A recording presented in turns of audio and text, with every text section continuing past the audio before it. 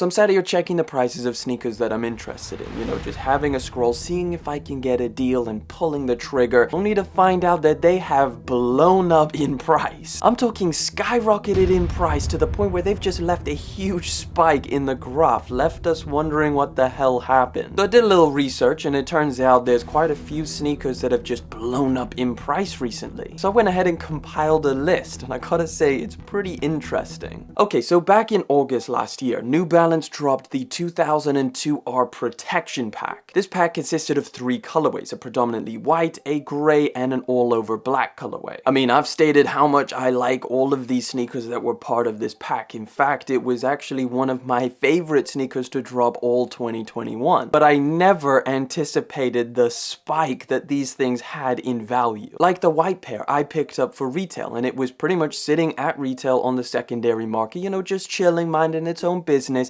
and suddenly it freaking doubled in price. And don't even get me started on the gray colorway, because last year I was going to buy them. I was looking at the prices, seeing around about £200, and I was like, maybe I'll just wait and see if they restock, or if they go down in price, I'll just hold off. Checking back now, and that gray colorway is going for over £500. In fact, some sizes are going closer to £600 to £700. New Balance is definitely one to keep your eye on this year, because I think they're going to be doing some big things. Okay, so last year Yeezy brand dropped quite a few new silhouettes to their Yeezy lineup, and a lot of them didn't shoot up in price like we're accustomed to when it comes to brand new Yeezy models. But this one is one of the more shocking ones, because it's the Yeezy Insulated boot. You know how many people said that they hated this shoe? You know how many people called it names and just roasted it? And now checking back at the prices today, it was pretty shocking, because, you know, when they first dropped, it was about £300 to £400,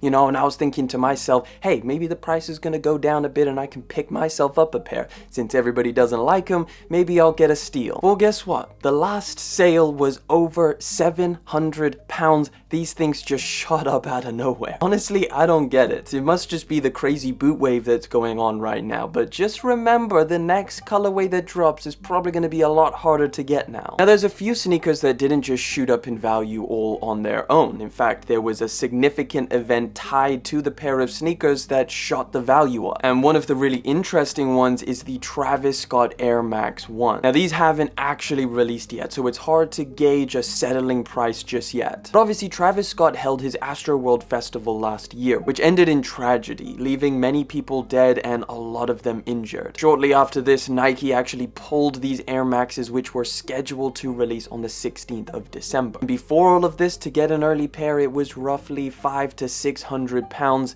and guess what happened? With Nike pulling these Air Maxes off of the Nike sneakers app indefinitely, the price shot up almost double, leaving them now roughly at anywhere between $1,000 to $1,300. Hopefully we get more information on an actual release date, which will hopefully normalize the price point. However, again, they pulled it indefinitely. We may never see this sneaker ever. Another sneaker that was affected by a significant external event is, of course, somewhat inevitable, the Jordan OffWhite 2. These spiked in price shortly after the news that Virgil Abloh had passed away. This is a little bit more of a sad one. Now, I'm going to choose that people just wanted to get their hands on the last Nike and Off-White collaboration while Virgil was alive. However, I'm sure there was people trying to profit off this in the mixture of that. Either way, it seems like the Jordan 2 Off-White in the white and red colorways seem to be most affected by this spike. These sneakers were just chilling at about $400 to $500 on the aftermarket, and within hours they nearly doubled in price. And they haven't dropped down since. They are still sitting at $900 to $1,000. This next one seems a little bit more inevitable, but still very interesting. The Amamenyur Jordan 3, everyone's favorite sneaker of 2021, so it shouldn't be a shock that it goes up in price, right? Well, actually, it's more surprising than it seems, because when these dropped last year, they were sitting at anywhere between £300 to £350 on the aftermarket, and they just kind of stayed at that price. They didn't even really get that much higher than about £350 all the way up until the end of the year, when suddenly they skyrocketed. They have shot all the way up to $500 to $600, some sizes even going for $700 plus. So what happened? After chilling for so long at a certain price point, how come these suddenly spiked up right towards the end of the year? Well, I've put together a little bit of a theory, and it seems like the most logical one. And because this spike happened in around November time,